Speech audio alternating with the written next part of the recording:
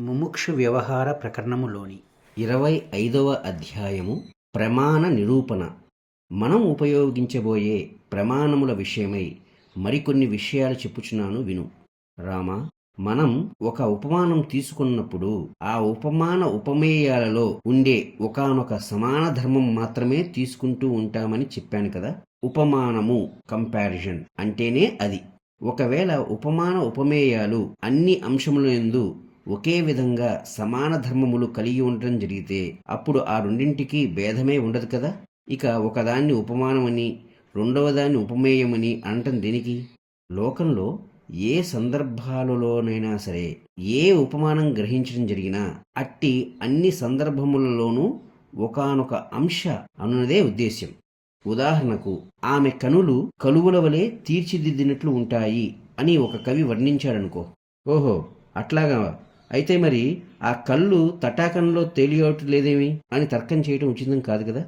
జీవబ్రహ్మముల స్వరూపం గ్రహించడానికి ఈ శాస్త్రం చేతను తదితర ఆధ్యాత్మ శాస్త్రముల చేతను అనేక దృష్టాంతములు తీసుకోబడ్డాయి. అట్టి దృష్టాంతములను ప్రమాణములను సరైన రీతిలో అర్థం చేసుకుంటే అప్పుడు అఖండ ఆకార చిత్తవృత్తి ఉదయిస్తుంది. మహావాక్యార్థ బోధ వలన ఆత్మతత్వము స్ఫురిస్తుంది. ఆ స్ఫూర్తి వలన అజ్ఞానము, దాని కార్యములై ఉన్న అనేక వికారములు నశిస్తాయి.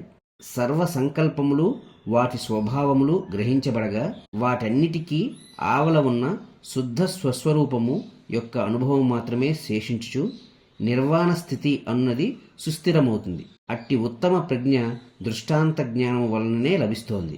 ఓ జనులారా, మీరు ఉపమాన ఉపమేయముల గురించి ఘర్షణ పడకండి.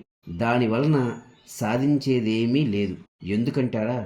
సర్వ వేదాంతముల యొక్క ఋషుల ప్రవచనముల యొక్క సారమైన విషయం ఇది. ఓ జీవుడా, నీవు నిత్యమగు బ్రహ్మమువే. బ్రహ్మమునకు వేరుగా జగత్తు లేదు. భూత భవిష్యత్ వర్తమాన కాలములో ద్రష్టగా ద్రష్టాతీతుడుగా కూడా ఉన్నది నీవే అని మనం ఏ యుక్తిని అనుసరించినా పర్వాలేదు. తత్వం, సోహం మొదలైన వాక్యముల అర్థసారమును ఎంతవరకు అనుభవమునకు తెచ్చుకోగలిగాం, ఎంతవరకు ఆశ్రయించాం అన్నదే మనందరికీ ముఖ్యం. అప్పుడే జీవునకు శాంతి లభిస్తుంది. శాంతియే పరమశ్రేయస్సు కదా.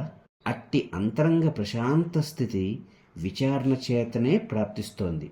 ఈ మా ప్రయత్నము యొక్క ఉత్తమ లక్ష్యము అదే. ఇందు విచారించబడిన వస్తువు గ్రహించుటకు సర్వజీవులు తగియే ఉన్నారు. అసలు విషయం వదిలి ఒక ఉపమానమో ప్రమాణమో విమర్శిస్తూ పక్క త్రోవలు పట్టుటచే లాభమేమిటి చెప్పండి? ఆహారం లభించినప్పుడు చక్కగా స్వీకరించాలి. అంతేగాని ఈ బియ్యం ఎవరి చేనులో ఎప్పుడు పండాయి, ఆ చేను పొడవు వెడల్పులు ఎట్టివి అనున్నవి ముఖ్యమైన విషయములు కావు కదా.